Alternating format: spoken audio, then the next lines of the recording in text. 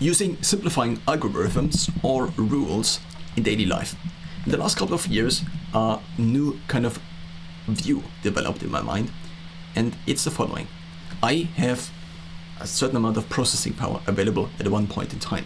So at a given point in time, this could be during sleep, for example, I have not that much process power available to the agent that is me. Now my brain might be able to generate more processing power or give more power to me basically by giving me lots of adrenaline, or by basically running on adrenaline, such that it basically then gives me more processing power. But at a given point in time, I only have a limited processing power. Similar to how your computer only has a certain amount of processing power at a given time. And so you have these different tasks. And if you open up Windows Task Manager, you can see what program runs with how much processing power. So now the question is, how can I free up space that is going basically into other tasks that otherwise would be running, and basically reduce these tasks that would be running anyway, similar to how you would go into Task Manager and then basically click on this task and try to end them, because then the process is ended and you just have freed up more processing power. I now want to use a couple of examples to exemplify basically these simplifying algorithms in my daily life, and to then have maybe also to discuss the results that are resulting out of this.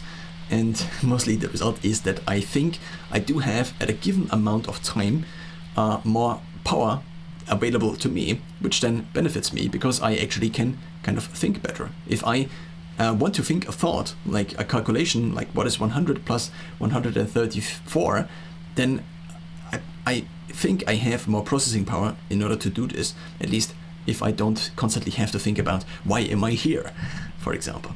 Now, if I go to the gym, I have a couple of rules implemented, and since workout is something everybody, or at least many people can do, it seems to be somewhat of a good example for many of these simplifying rules. Also work and different kinds of work would be other examples. If I work out in the gym, then one rule is that I try to avoid talking to people. Now this rule is basically the result of many different thoughts, and I then try to bring them down to a simpler level, and down to a simpler level, and down to a simpler level.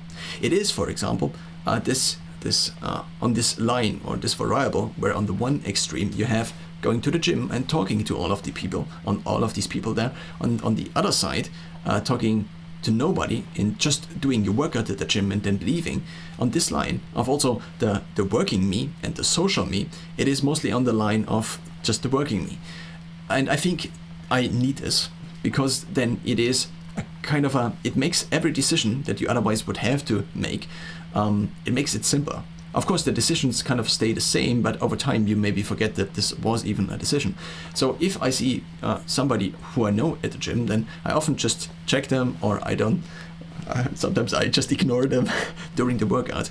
I also use usually a hat which I wear, and I try to wear so this kind of brings down my visual field, such that I actually don't see that many people. I often notice then if I turn the cap around, because I'm doing overhead presses, for example, that I then see more and then I observe more, which also means that I'm spending probably more time processing my environment in the gym compared to trying to increase my intensity in the workout itself.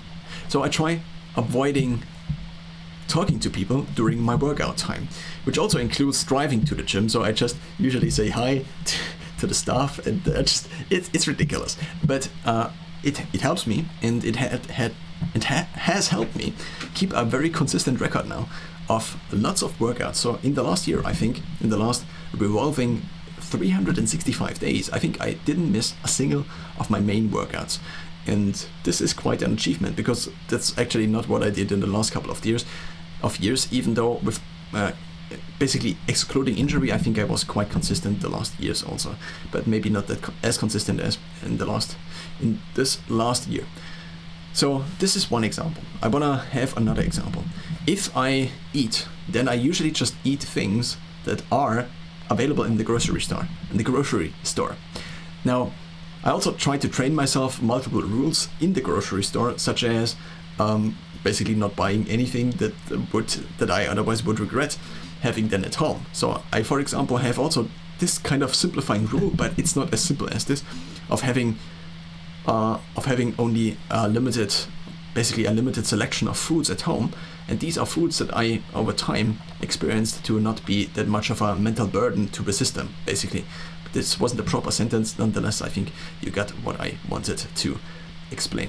So by using these multiple rules now, also such as standardizing basically my sleep. So I try to hit 10 p.m. every single night, which I often don't, and I often don't on the minute or on the second hit basically my bed. But once you figure out what the optimal thing would be, you then basically reduce the complexity that comes with, or let's just say the complicatedness that comes otherwise with the constant rescheduling you have to do. The same is true for the workout, the same is true for when you then eat, because if you maybe have 30 minutes or an hour more of sleep or less of sleep, then your eating schedule might also shift. As your eating schedule then also might shift, you then might hit the bed too late, which then makes you maybe craving, or makes you crave more sugary foods during the next day, and then it shifts your nutrition, and then it might shift over time your body composition, and then you might not be able to run as fast because your running power per kilogram might actually go down, or something like this. And so you have all of these different effect cascades, one could almost call them, which are not overseeable, and juggling all of these at the same time while trying to basically use your time, or use my time, and trying to optimize all of these different processes that are going on, seems to be just such a giant mental thing then, or become such a giant mental thing, that I in very many areas try to basically bring it down to a rule that seems to be the somewhat optimal thing, or at least close to something. And of course, it's not the optimal thing, because the optimal thing cannot really be reached, but I try to at least bring it down to a current version that seems to somewhat make sense, and then to implement this version, and then I can iterate very slowly on this version. But I've had it in multiple instances, I have had multiple times where I would overhaul something like, okay, let's do a completely different schedule for the next week, and then I already would want to implement this.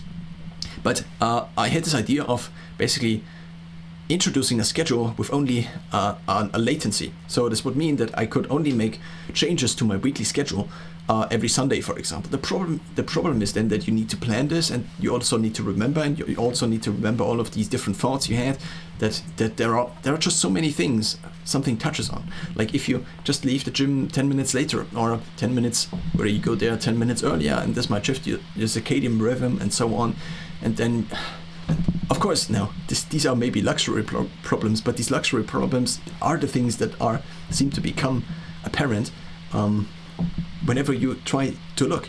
It's otherwise, I think, and these are also states I find myself in, that it is, you just don't pay attention to all of these things, and you see all of these things, and the more things you see that you need to act on, but you cannot act on because you are constrained in time or whatever, you then see all of these things, and then going through life just becomes an increasing problem, basically, because you're not able to solve all of these different things you need to solve. Like, imagine your bike breaks down, and if your bike breaks down, you cannot get where you usually go with your bike, so therefore you need to walk, or you need to rent a bike. Therefore, basically, it takes a lot more time to do all of these different things. Then you need to find a bike shop, and then because all of this additional time, you have less time for maybe actually repairing the bike, and then you have less time for everything else, and then you might skip a workout, and so it goes on and on and on. So there are these effect cascades. And so by simplifying things, and by ideally bringing it down to a very simple sentence, not like